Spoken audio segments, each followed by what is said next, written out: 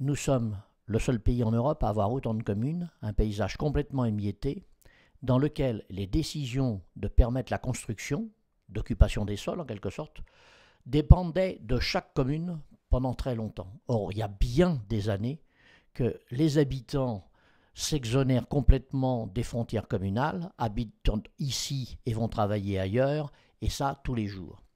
D'où la nécessité d'aborder la question du logement, des terrains disponibles, non pas à l'échelle des petites communes, mais bien à l'échelle intercommunale. Ce débat, je l'ai ouvert en mars de mémoire, en mars 2010. On a eu un débat, un beau débat qui a eu lieu en commission et à l'Assemblée. Il n'a pas abouti, parce que les esprits n'étaient pas encore complètement mûrs.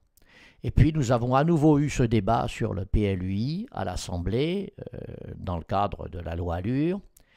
Et malheureusement, alors que le débat à l'Assemblée s'était parfaitement déroulé, je dirais, la réponse a été très édulcorée par le Sénat, qui a voulu mettre une minorité de blocage, c'est-à-dire accorder à une minorité de communes représentant une minorité de la population le droit de dire non au PLU intercommunal.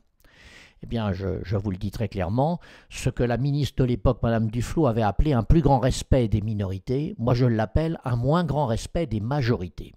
Et c'est ce que je lui ai dit. Et donc le texte va revenir dans le cadre de la loi NOTRe. Je redéfendrai l'idée que le PLUI dépende d'une majorité effectivement intercommunale.